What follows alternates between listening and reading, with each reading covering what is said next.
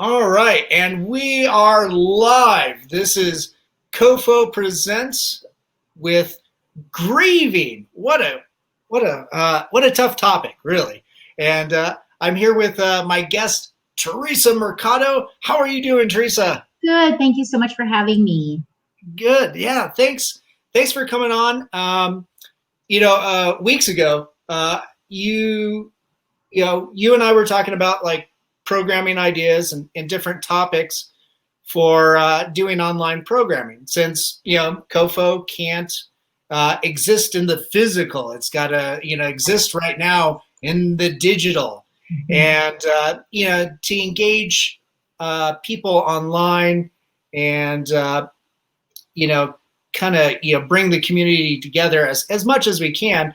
Um, you know, I went to you, it's like, hey, what kind of interesting ideas would you have? And you had a really fantastic personal experience and topic that you wanted to, share with people. It being grieving, and especially over, your best friend at the time. Was it Babah, right? Babah Wawa. Babah Wawa. Oh, your pet dog. Yeah, can you tell us a little bit about that? About your experience with Babah, and how during during her passing, right? How you coped with that experience. Mm-hmm. And I'm already getting choked up. Okay. So Babah, Barbara Walters, Babah Wawa Mercado, was more than just my pet dog. She was my partner and my companion. And I think anybody that's ever shared the love or known the love of an animal knows that connection, and that it's a completely unique relationship that you share with an animal companion. I've Right. loved animals my whole life. I've always had animals. Babah was the first dog that I got on my own as an adult person that was 100%, I was 100% responsible for her care without my parents' involvement. And I adopted her from a rescue situation. She had been just being used as a breeding stock. She was an American bulldog, maybe some pit bull or staffy in there. And she was living in basically spending 24 hours a day in a crate and being brought out only to be bred. And heartbreaking. And met her and instantly fell in love with her and got her spayed immediately and started our life together. She was 2 years old. And again, I'd had animals my entire life and, deep, profound relationships with animals. But there was something about Babah that was just, dare I say, like otherworldly. And the connection that her and I shared was amazing. I hope to not already be crying at like 30 seconds. Oh, that's okay. We'll cry together. I am my mother's child. And I lived alone. I bought a house and we lived in that house together I adopted her months after purchasing that house, and she passed away days after I moved out of that house. So our entire life existed in that house together, just the two of us living there. And she was my everything, my partner, my companion, my best friend, my joy. Yeah. And she would go with me everywhere that I could take her. And she definitely had a life outside of our relationship because I took her so many places, and she was so social and so socialized that she knew everyone I knew and then some. And, people had a hard time also just not falling in love with her because she was such a funny, social, loving creature. Right. I would draw little eyebrows on her. We'll look at some pictures later. So that, she was that funny. was hilarious. Yeah. And she was just a fun dog. She was funny. And sadly, she started slowing down, kind of what I thought was a little too young to be getting so tired. She was also really fucking lazy. She was the laziest dog in America. So it was also hard to tell, is she just being lazy and tired, or is something wrong? Right. And I took her to the vet, as you know, for her normal checkup, and they diagnosed her with something called Cushing's disease, Oh, which what's that? is a tumor that develops on your pituitary gland. Okay. And the vet told me it's very common. It's treatable with medication that will start shrinking the tumor, but it's going to slow her down. But nothing to be super concerned about. Oh, yeah. I think sadly, by the time that she was fully diagnosed, the tumor was already much bigger than any of us realized and was already starting to take her over a little bit. And by the time we got brain scans and everything, it was already determined that the tumor was about a quarter the size of her total brain mass. Yeah. They gave her about, I think, 4 to 6 weeks to live. Oh, And, yeah. surgery was not an option. You know, it would be like sending her to another state and that Yeah. tens of thousands of dollars. And I was like, that's ridiculous. It would just be keeping her alive for me, not for her. Right. Right. I wanted her to live and die with dignity and Yeah. not spend her last days trying to buy a few more days for me. Right. Yeah. So, I had also lost my father in 2014. And God, this was just like, and I don't want to diminish in any way losing a parent or losing a human being. I understand that this is an animal, and I don't want to, insult anybody, but like she's talking about a fucking dog. Like I've lost a human. I'd also lost my father a few years before that, and this just losing a best friend on top of that. I mean, Babah was actually allowed in the hospital when my father passed away. She was laying in his hospital bed when he died, and he was a huge animal lover, and he loved her. And I mean, she'd been with me on my hardest days, my hardest times. And so once I got that diagnosis that she was not going to be around much longer, I am a collector of skeletal remains and skulls, most of which I pick up and I process and clean myself. Yeah. I have a very large collection at home of those kind of things. And I had been to a museum in Oklahoma City that is amazing. It's called Skulls Limited, and it is the biggest osteological museum in the country. And I had been there a little bit before her diagnosis, and it was such an amazing place. And they do, you can actually contact them for private articulations. Wow. Okay. So once I found out that Babah was not going to be around much longer, I reached out to them and kind of discussed what that would entail. And they walked me through that process and let me know what I would need to do when the time came.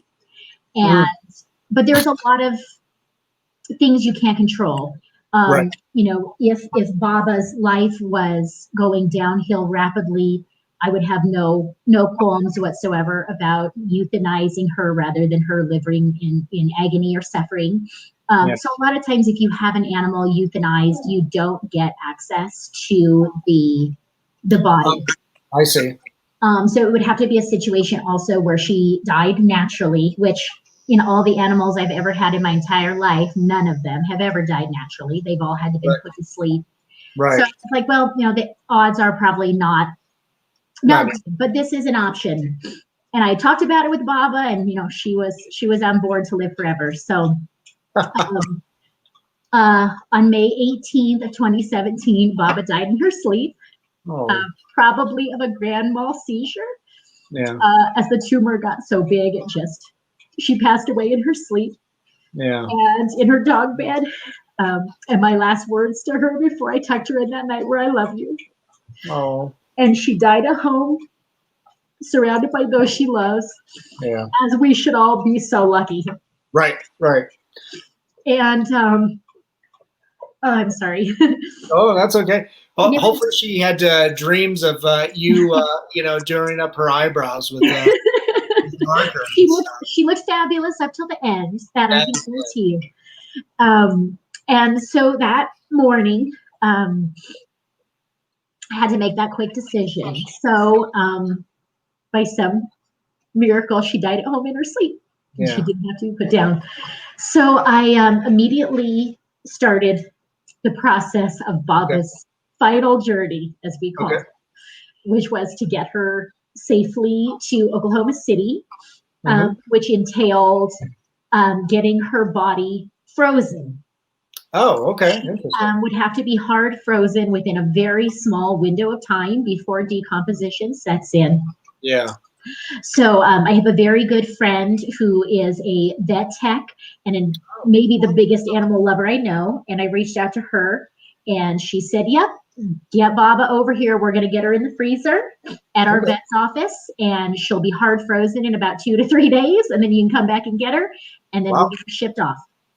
So Okay. my best friend and I got her loaded up and got her over to the freezer and had, a final goodbye to her physical body as we knew it Yeah. and got her hard frozen. And then in a few days, another friend and I picked her up, got her over to the FedEx shipping center, Yeah. and got her boxed up and ready to start her journey to Oklahoma City, where they would be articulating her skeleton. Okay. Wow. Her skeleton is right here behind me. So Yeah. this is Babah. That That's is fantastic. 100% her real skeleton, all of her real bones. She is now a museum quality articulation. So the process, again, I called it Babah's final journey. Yeah. And she went off to Oklahoma City. And I would make 2 separate trips down there. One during the cleaning process, just because I'm very interested in all of that and wanted to see Sure. how it's going and meet the people. And then I would make a final trip when the time came to pick her up with my partner. And then we would take a road trip with her skeleton to take her on one last final adventure. As we were avid travelers together, she traveled most of the country in her life.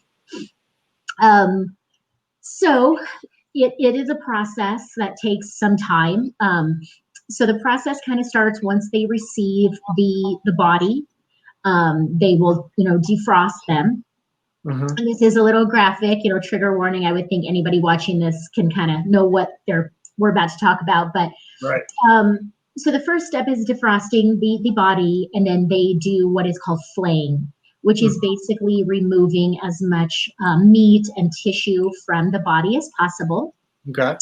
And then from there, nature starts the process, and her body, her skeleton, will be cleaned by what are called dermestid beetles. If you've ever seen, a squirrel rotting on the sidewalk, which if you follow me on social media, you have. Yeah. So as soon as something dies, a fly comes, and a fly lays eggs on it, and those eggs hatch into maggots. Right. And maggots do the first round of natural cleanup. Thank God for maggots, or we'd have a lot of decomposing shit waking up and polluting and toxifying our world. So the maggots come in and they do the first round of cleanup, which is really getting in there and eating all that soft, nasty shit. Dermestid beetles, you've probably seen them without even knowing. They also just come when it's their time, and they're like a little worm thing, and then they turn into a beetle. And they do a really incredible, thorough cleanup down to bone and get the animal pretty much cleaned up. And there's some other, bugs that come in. So Babah would then be cleaned in an environment with dermestid beetles. And then her bones would be put through what is called like a degreasing process to get the grease out of them and get them whiter. And then she will go through a whitening process to get her bones as white as can be, what you think of when you see like a skeleton in a museum. Almost bleached, right? Yeah, exactly. Yeah. And then the final step would be for an articulator at the museum to put her back together. As you see behind me, she's on a stand. There's an armature that holds her up. There are connecting wires. Ribs, as you know, they kind of stop at your breast line. So there's some armature that holds her together. So the first time I went down to Oklahoma City, she had just come out of the Beatles. Okay. And I drove down there with a friend, and the team was amazing, and they had her all laid out for me. And again, we'll look at some pictures at the end so people can kind of see the process. But it was very incredible to see her insides. Yeah. That she was just as beautiful inside as she was out. and they had, her different little sections. So her skull's here, and her little vertebra are in a bag, and her little, metacarpals and metatarsals are in a bag. And just crazy to see, all those tiny little pieces. Yeah, these tiny little pieces in these little bags. And it was amazing and very moving. And in no way, shape, or form was it sad for me. Right.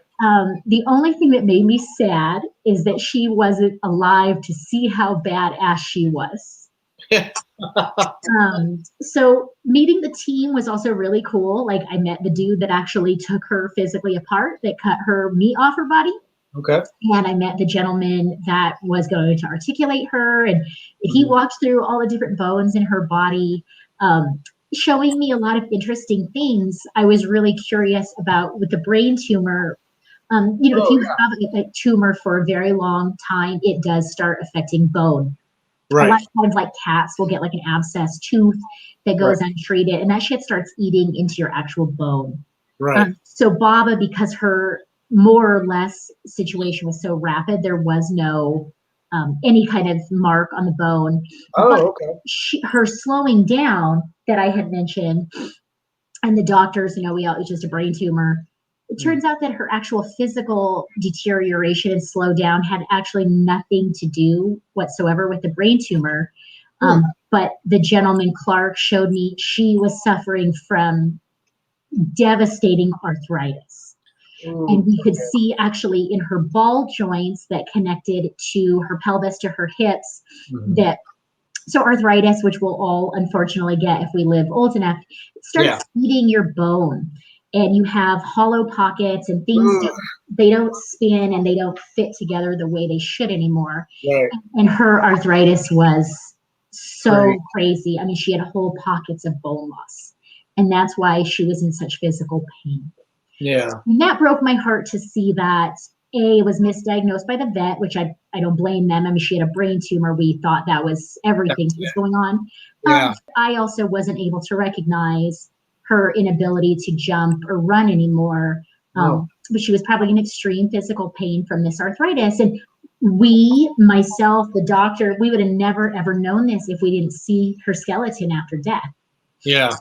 So very educational experience, very interesting experience. And just, showed me something on her insides I would have never known. Right. So then fast forward. So we're probably 2 months now past her passing. Okay. And then I come back and I get a call in late August that she's ready, and will they be shipping her or will I be picking her up? And I said, we're coming to pick her up. We're on Babah's final journey. We're going to take her skeleton on a damn road trip and show her some sights before she's housebound forever. Where did you take her? So my partner and I drove to Oklahoma City, and we picked her up and met the team again and packed her up. And then we did a little trek. We went through Amarillo, Texas. And took I have some great steak in Amarillo. That's lots of great food in Amarillo. So we went camping with Babah and took her camping in a KOA campground. And she was a big camper and loved the outdoors. And then we came up through New Mexico and did a few stops there with her, which was awesome. Came back through Colorado and took her to Bishop's Castle, one of my favorite places in Colorado, and then hit some other places on the way home with her. And then got her back home in her crate. And we had another dog at the time who was blind and deaf. Oh. And as soon as we brought the crate home, we set the crate in our dining room. And our blind and deaf dog, Billy, immediately she would just bump her way through the house, and she bumped her way over into the crate and proceeded to lay down next to it. Oh. And quite honestly, she probably smelled there was bones inside. Right. More of her stomach talking than anything. But I wanted to believe that she knew her friend was back home in some capacity. And Billy proceeded to lay there for quite some time until we opened the crate, which I thought was a really beautiful experience that her little buddy was home. Yeah. So once Babah was back home, I didn't know how that would make me feel. Okay. I ended up feeling very kind of calm and relaxed, and knowing that she was here forever, and Yeah. that, you know, her remains will outlive mine.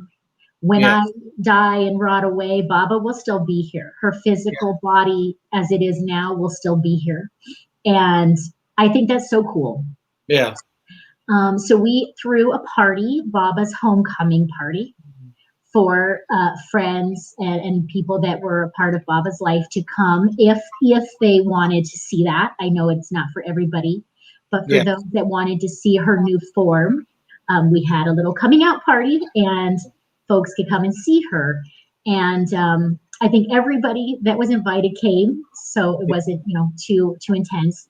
And had her, you know, on display, and people were really amazed. I think the number one comment everybody said was, "Oh, she's so small." Right. Yeah, there's not a lot there when everything is stripped away. You're just a skeleton. You're just a little Big, beefy, you know, dog, right? Lots of muscle. Yeah, she was a big 65, 70-pound American bulldog, you know, brick shit house of a dog. So Yeah. see her without that muscle, and it's kind of hard to tell behind me, but I mean, her collar, I had a hard time even buying collars for her. I had to get them like special order online because her neck was, you know, huge. Yeah. And, but people were like, "Oh, she's so small," and a lot of just, you know, looking at her and looking at those inner workings. And you know, we've all seen a skeleton in a museum or learned about skeletons in school, but it's not every day that you get up and close with a real one and you get to actually see, you know, what's in there. And her feet are also really crazy. She has her real toenails. If you've ever cut a cat or dog's nails, which if you own those animals, you have, and all of us have accidentally cut a little more than we should, and they bleed, and then the animal never forgives you and never lets you cut their nails again. Right. So we can see on Babah with her little toenails. So after the cleaning process, they become clear. And you can see inside each one how close the bone is to the quick, to the end of the nail, and how easy it is to cut too deep and make them bleed. And I think a lot of people were really most interested in her toenail anatomy and like, what is going on there? And oh, wow, it's really easy to cut them and hurt them, especially if your pet has like a black or colored toenail where you cannot see the quick. Oh, sure. People were very fascinated by her toenails. She was also, because she was such a strong and muscular dog, her shoulder blades, which is, you know, what pulls your muscles and it makes a dog cool, were incredibly like striated with lines. And that was because they had held so much muscle and pulled so much weight over the course of her life. And that was really interesting to see as well. Sorry. You see where all the ligaments and everything, you know, attached to the bone. Exactly. Kind of tells its own story. And she also had a pretty substantial underbite, as most bully breed dogs do. So, you know, she's got the jaw way out here, and she had lost a couple teeth in the course of her life. She ate a rock and one broke, and then we were playing tug of war and one broke. So she had a couple teeth removed in her life. Yeah. So it was also just cute because her little skull has this crazy underbite and some missing teeth. It's just cute to see that, and you know what it looks like once the teeth are out of your mandible. Right. But we were very happy and honored to share her experience in her new body with friends and people that were interested in seeing that. And you know, she lives in our home now, so I get to see her every single day. We have 2 new dogs that we've since adopted. And, you know, we keep Babah up high because we sure hate one of the dogs to start chewing on her. Oh, so. Most definitely. Yeah. Normally, where does Babah, you know, hang out? Where's she displayed at? So Babah was a big movie watcher, like her mom. Yes. So Babah hangs out kind of between our living room, so she can always watch movies with us. That was one of her favorite hobbies. And then she's in this kind of middle room partition that separates our living room from a sunroom. So she has a big window so she can always look outside and see the squirrels and see the changing of the seasons. And so she can watch her movies and still see reality as well. My reality, I'm obviously insane. Yeah.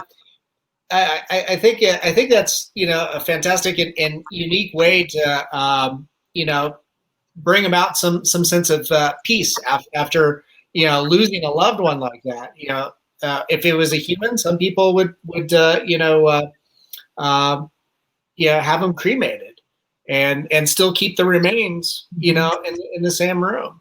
So this is, I think, a unique way of going through this process and having a piece of that loved one with you always. Yeah, I think for me, when my father died, he had been suffering from a long illness for some point, so we knew that he was not going to last forever. And when that time came, he had very specific requests. He wanted to be cremated, Okay. and when I had to deal with all of that afterlife stuff with the funeral home and crematorium and all that, I requested if there was any way that I could keep some of his skeletal remains. Right. And the crematorium said that they were not allowed to do that, which of course I understand. And then, typically after cremation, that there's a pulverization process because there's still things that don't burn in the oven. There's teeth and there's chunks and there's stuff. So they pulverize and break it all up into dust, and that's what you get back. Yeah. But I won't name this crematory because to do that. But they did actually save me one kind of big bone chunk of my father, which I have memorialized in a case. And then he is also kind of separated into the dust, and then there is some bone bits. And something kind of crazy, which I didn't realize until I had it with his cremains, is he had numerous silver fillings, real silver fillings. And in the crematory oven, that silver melts, obviously, because that oven is so hot, and all that silver melts and it all found each other. Okay. It all came together. So in his cremains, there is a big, gnarly, not big, I'm making this hand like it's this big. It's like that much fillings, huh? There's a big, crazy, like asteroid, meteoroid. That sounds about right. That sounds like a good increment of measurement. Yes, there's a big meteoroid-sized chunk of silver that was in my dad's cremains that was really interesting. As I was rooting through those, and was like, oh, that's so crazy. All his fillings like found each other and melted together. How cool. Yeah. So he's in, my display case as well, in his powder and his chunks and in his bone piece. I, as someone that collects dead things and appreciates the beauty that is decomposition, I think it is such a waste and just sucks to like put something in the ground and forget about it. Right. And I mean, no disrespect to any people's grieving or any people's practices after death, but I can only speak for me personally. And I don't believe in burying something in the ground. I don't plan on being buried in the ground myself. I would like to be put on display and have like a time-lapse camera turned on where people can watch me decompose and see how beautiful that will be. And I would love my skeleton to live with some sick fucker like myself, or a museum, or someone that can bring people over and look at it and appreciate, that beauty of inside. To just put something in the ground and just not be able to see that transition into that next plane. And what a waste. Yeah. That kind of brings us to the next portion of the topic is, culturally, how do we grieve? Death in itself is such a hard topic to talk about, with amongst our family and friends.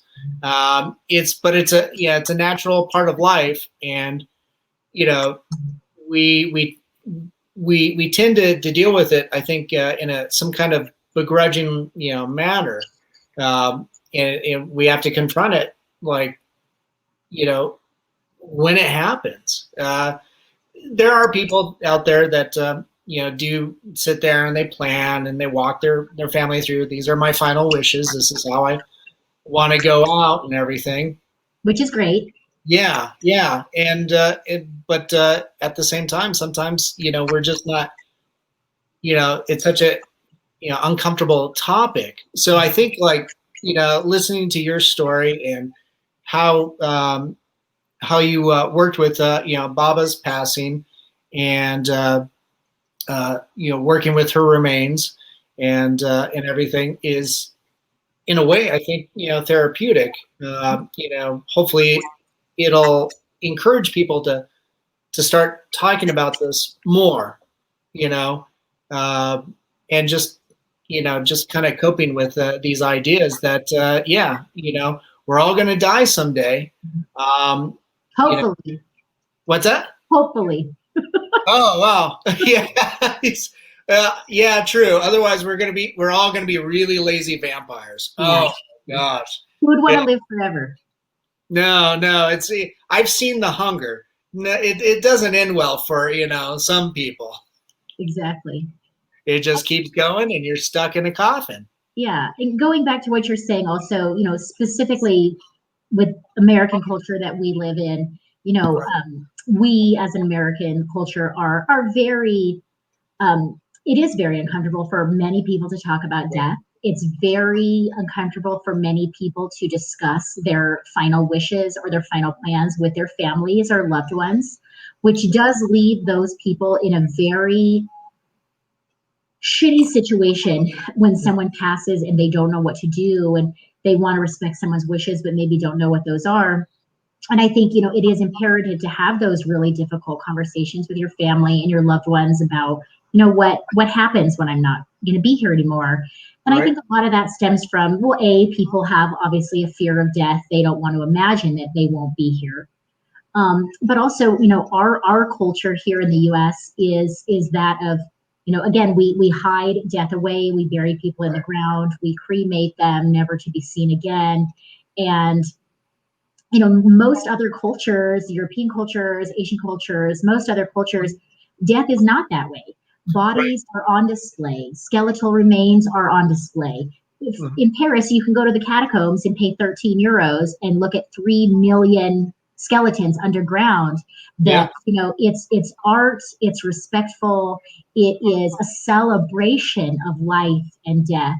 And those people are put on display. What an honor to be able to be put on display like that. I think it's like the ultimate honor. And so many churches and things have skulls and have bodies. And, I thoroughly enjoy traveling and seeing those kind of things and just seeing how other cultures celebrate death. There's even cultures that they dig up the bodies after they've been buried and have, some level of mummification, but there is still some decomposition. And they dig up those corpses. And I'm sorry, corpse is even a disrespectful term. They dig up that family member or that friend, and they party with them before returning them to the ground for another year, however often. Like, I think that's so incredible. But I'm sure there's a lot of people and a lot of Americans that are like, that's some ghoul shit. Yeah. And to that point, I mean, that's how they cope. That's how they deal with it. And it's, here, we have the funeral, we have the burial, whether it's a casket or, have a wake or something. And it also depends too, what culture you come from or what religion, what kind of background. And you've got those different steps that you need to recognize within those cultures. So that's that's always pretty interesting. But yeah, I think to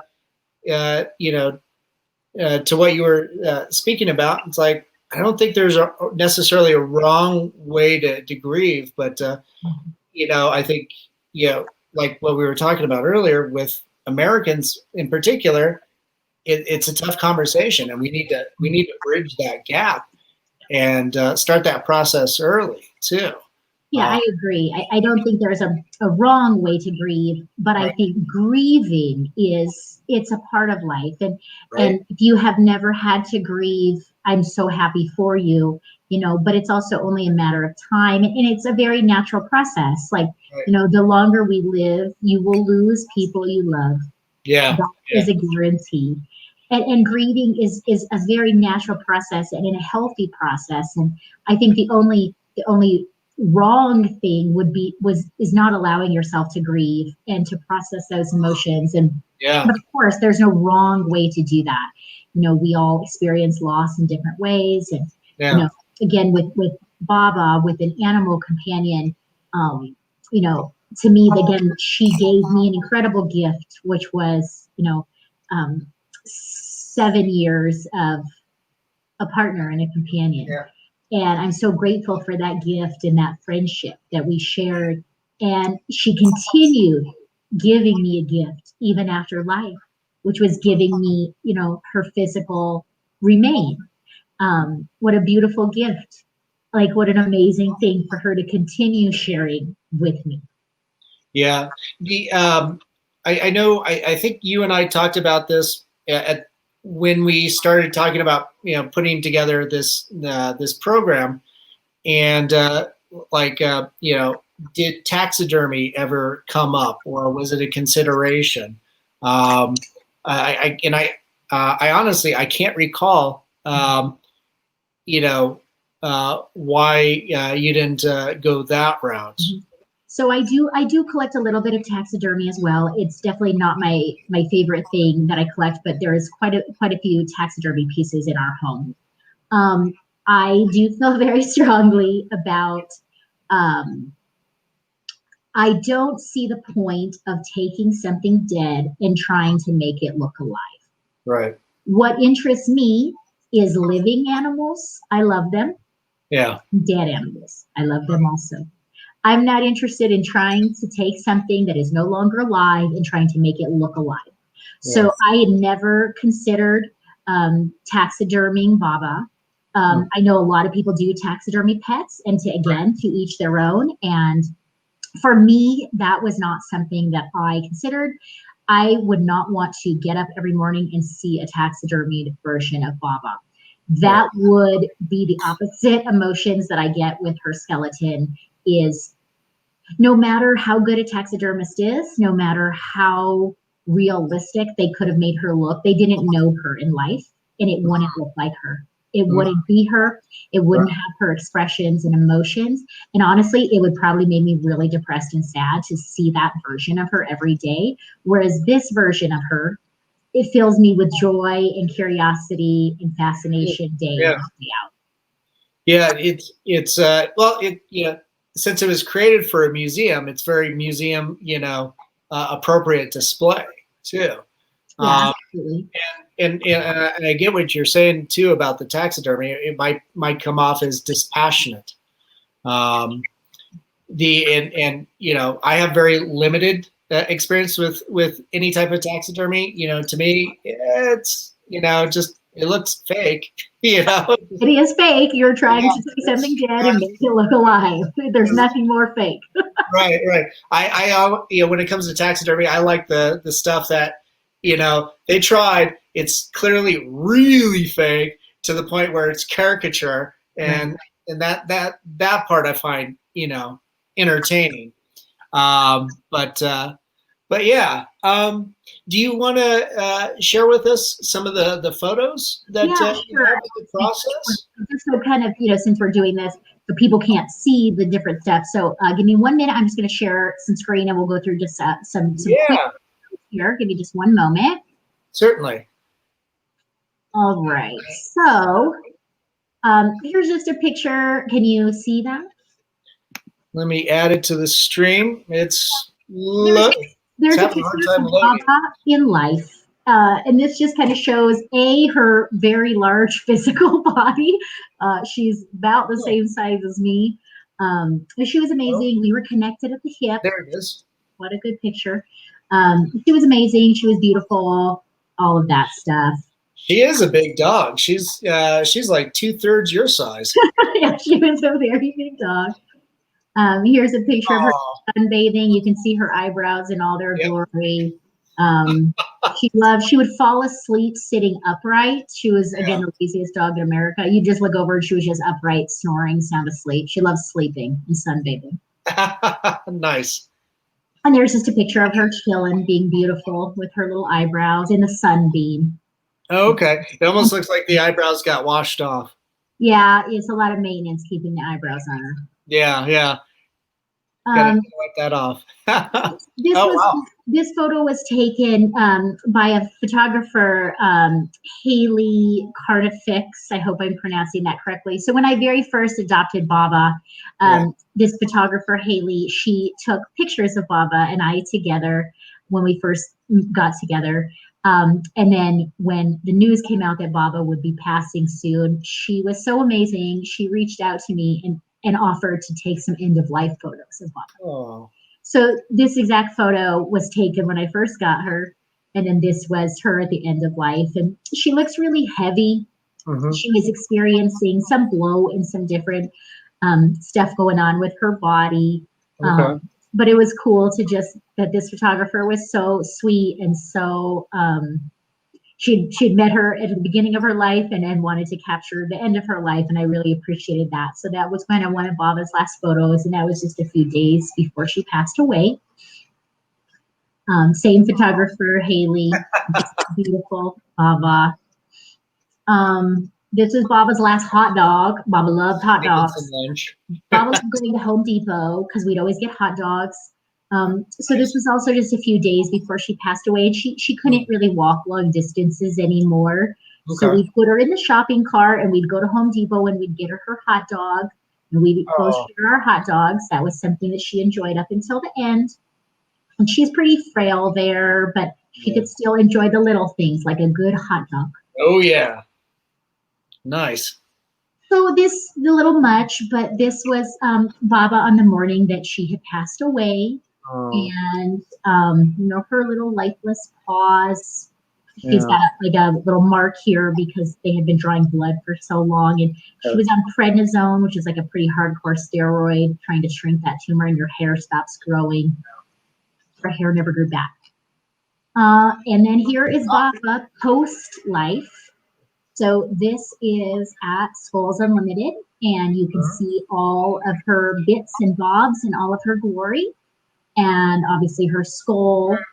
Here's all of her long bones, which are her leg bones, her pelvis, her shoulder blades, her vertebra, and then all of her little bits and bobs are in these bags. Her rib cage is up here. Kind of a trip to see her first time like that. And you can see like in these long bones, they're much different coloration. They're so much darker because they're a lot greasier in the bone marrow. So that's where they'll do that whitening process. So they're as white as her skull. Okay. This next picture shows her skull being held by the gentleman that would later articulate her. So they put everything in these mesh bags so nothing gets lost. If a tooth falls out or something, everything is accounted for. You're paying a kind of top quality dollar for this. Also, you don't want to get your animal back and we couldn't find their left toe or their molar fell out. So everything's very organized. There's barcodes on all the bags so they can scan exactly what animal it belongs to. Okay. There's no question of, am I getting my animal back? Am I getting someone else's animal? Are these my animal's parts? I sent you a dog. I got a kitten. What's going on, guys? And I'm sure you've read, but there's been a history, unfortunately, with the I don't even want to call it compassion services, but there's a lot of places over the course of time with cremation of animals where they would just mass cremate, which is a thing that is done. They have to tell you that, and you have that choice to have a mass cremation or have an individual cremation. It is illegal to mass cremate and not tell the person that. So a lot of times people were cremating an animal assuming that it was them solo and getting back those ashes, and then they're just getting a mixture of ashes, which that is common practice, but that has to be communicated with the person. So in this situation, I think how devastating you'd be if you're like, this is some other dog's skeleton, like, are you serious? So they're very, very meticulous in keeping everything together and organized. So this is Babah's skull. You can see that crazy underbite that I was talking about and some of her missing teeth. And it's crazy. I did have her teeth professionally cleaned twice in her life, and you can see they're They're nice and healthy, and she had no gingivitis or no Oh, jeez. rot or anything in her skull. It's really cool and beautiful. Is this like after the bleaching process? So this is actually even before whitening. So Oh, no kidding. It's very clean. It's already looking pretty good. Yeah. And, you know, she's even whiter now, obviously, in her display. Here's her mandible separated from her skull, so you can kind of see what that looks like. And again, there's like a numbering system, so everything is together and organized. And this is, again, the gentleman that put her together. Here's a little bit of what I was saying before with that really extreme arthritis. This is her pelvis. Here is ball joint where your long bones would go, so your main mobility. And you can kind of see this in here is all of this should be smooth, very smooth. And it's all kind of gnawed up, and there's some cavities here, and this is like missing. Some chunks are gone. So you just think about that ball is kind of scraping in there when it should be smooth on smooth. So that generates an extreme amount of pain. And it was really interesting to see that. Again, made me feel terrible that was not diagnosed, but very fascinating to see that deterioration of the bone over time. And we'll, again, all probably get arthritis as we age. It's a very natural, common thing. Here's me just delighted and elated to be holding Babah's skull in my hands. Yeah. And you kind of see the scale too of, it's a pretty decent sized skull. But, just very excited. And Babah also, I'm a strong lipstick wearer, and I always would Babah, she'd always have a big smooch on her forehead. And you can see that smooch soaked all the way through her hair, all the way through the bone.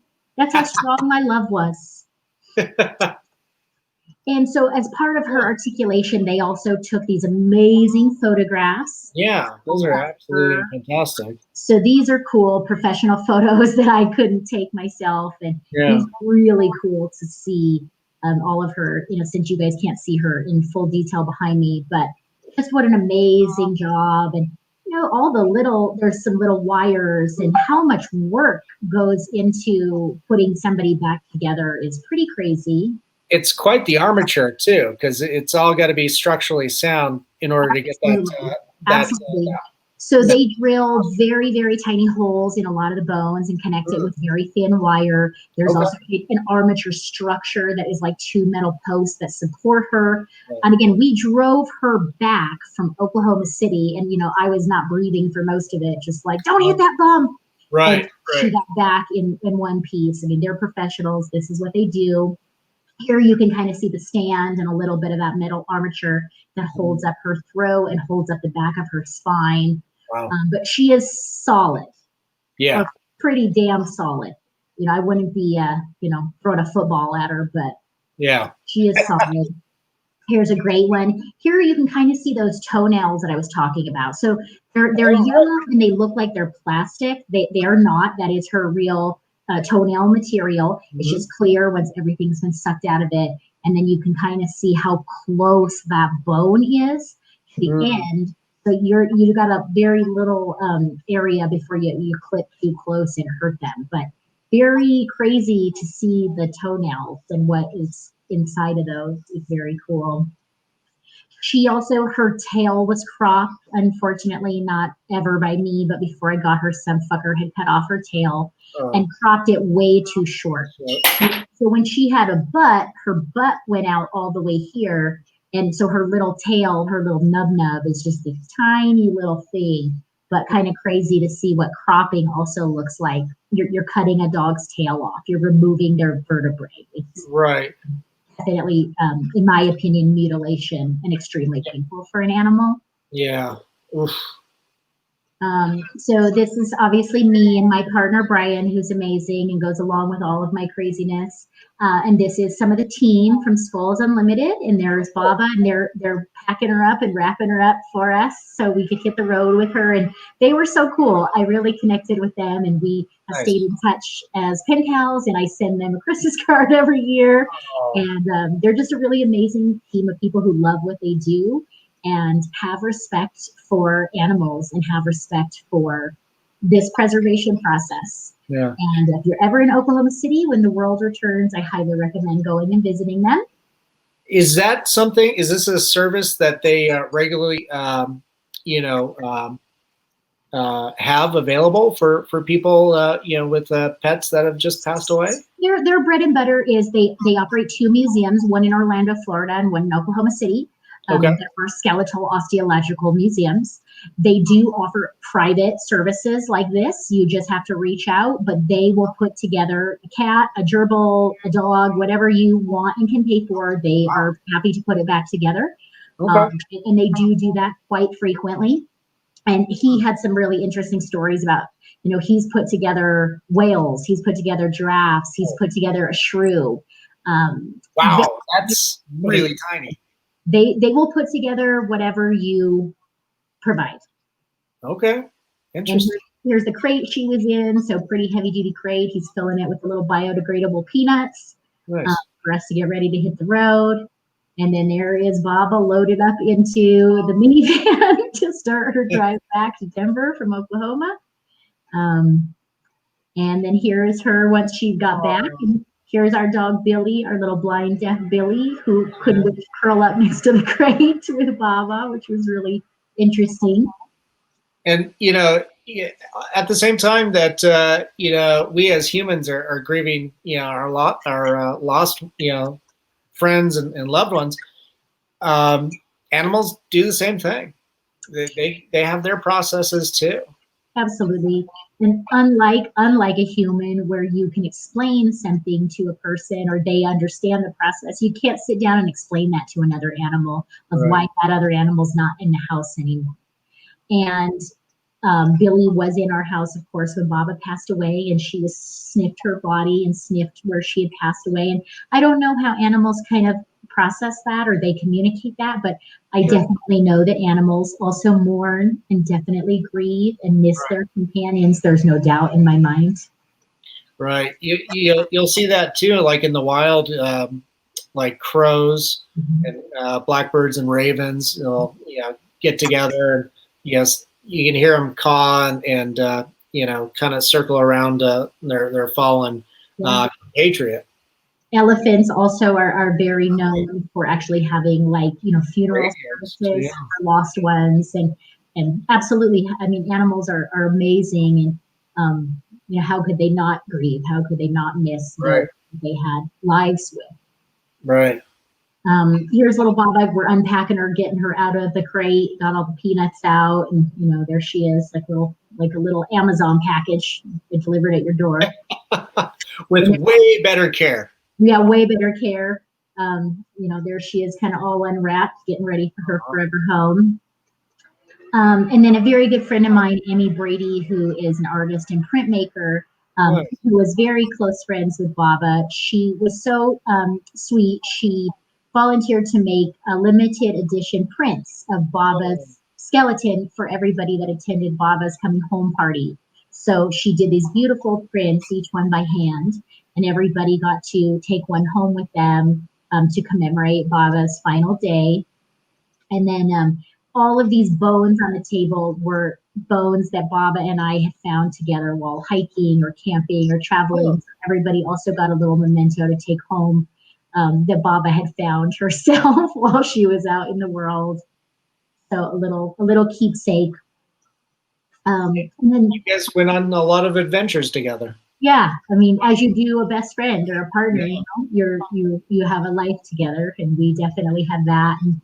And this was on the back of those prints, and these are just some words that I put together that have always been helpful to me in times of loss. There is no death. There is only birth and birth and birth and birth. Consider the trees that allow the birds to perch and fly away without calling them back. If your heart can be like a tree, you'll be close to the way. When the multitude laughs at you, you are blessed. This is what Babah wants us to know. I departed as air. I shake my white fur at the runaway sun. I bequeath some of myself to the dirt to grow from the grass I love. If you want me again, look for me under your boot soles. You will hardly know who I am or what I mean, but I shall be good health to you nevertheless. Missing me one place, search another. I stop somewhere waiting for you. And that is from Walt Whitman, Leaves of Grass. Um, but those have been some words that have always comforted me in times of loss. That, there really is no such thing as death. There is just birth and birth and birth. And we continue to live on in the things we love, in the memories, and the grass under our feet. Yeah, that's sweet. Thank you for sharing all that, Theresa. That's very special. Hopefully, for those watching out there too, this will, encourage you to, talk to loved ones and, kind of an approach, this subject as tough and sometimes delicate as it might be. It doesn't have to, as long as it's put out there on the table, and keep revisiting it, and just make it a little bit more commonplace, so that when something happens, heaven forbid, it does to our friends and family, but when it does, you're a little bit better prepared and have better tools to cope, and know that there's creative ways to honor and respect those that have departed. Yeah. And Daniel, I know you and I had talked a little bit offline of just, obviously we're living in unprecedented times right now with COVID and so many other things going on. And there is an incredible death toll happening right now that, we have never seen in our lifetimes. And, it's devastating. People are losing people they love rapidly. And it's an incredibly serious matter. And, none of us know.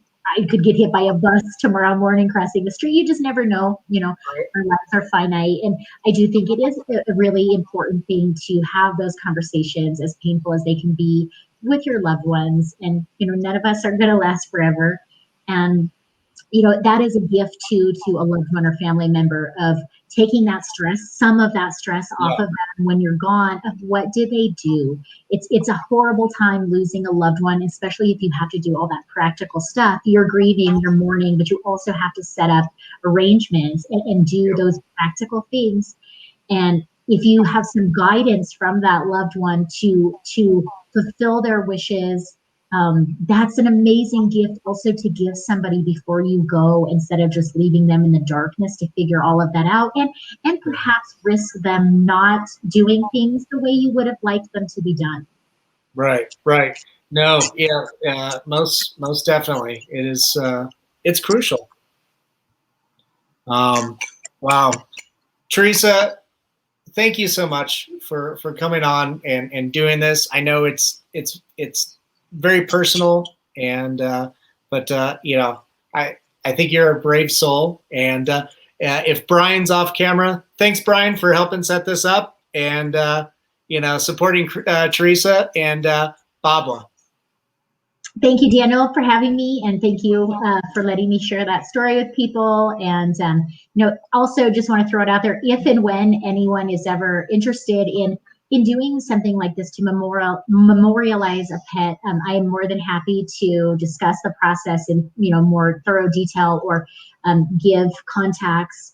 I know it's not for everybody, but some people have mentioned, wow, I didn't even know that was an option. I wish I would have known that when my cat passed away. I would have done that. I'm more than happy to share my experience with anybody who might ever be interested, if that is a thing. Well, would you like to share an email address with? Yeah, sure. People can definitely email me. So my email is my last name, Mercado, MERCADO .Theresa, THERESA @gmail. Okay. And obviously, I would keep our conversation private and respect all of that. But yeah, always happy to share experiences and any intel or information I have with anybody that might be interested. Fantastic. Well, Theresa, thanks again. Thank you so much. Thank you. It's been a pleasure. Yeah. Well, and to everybody out there, hug your loved ones, lots and lots of, if you can, because it's still, we're still in a pandemic. Great. Thank you so much. Thanks. So to everybody out there, I'm Dan Crosier with Theresa Mercado, and you guys have a good night. Be good and be kind.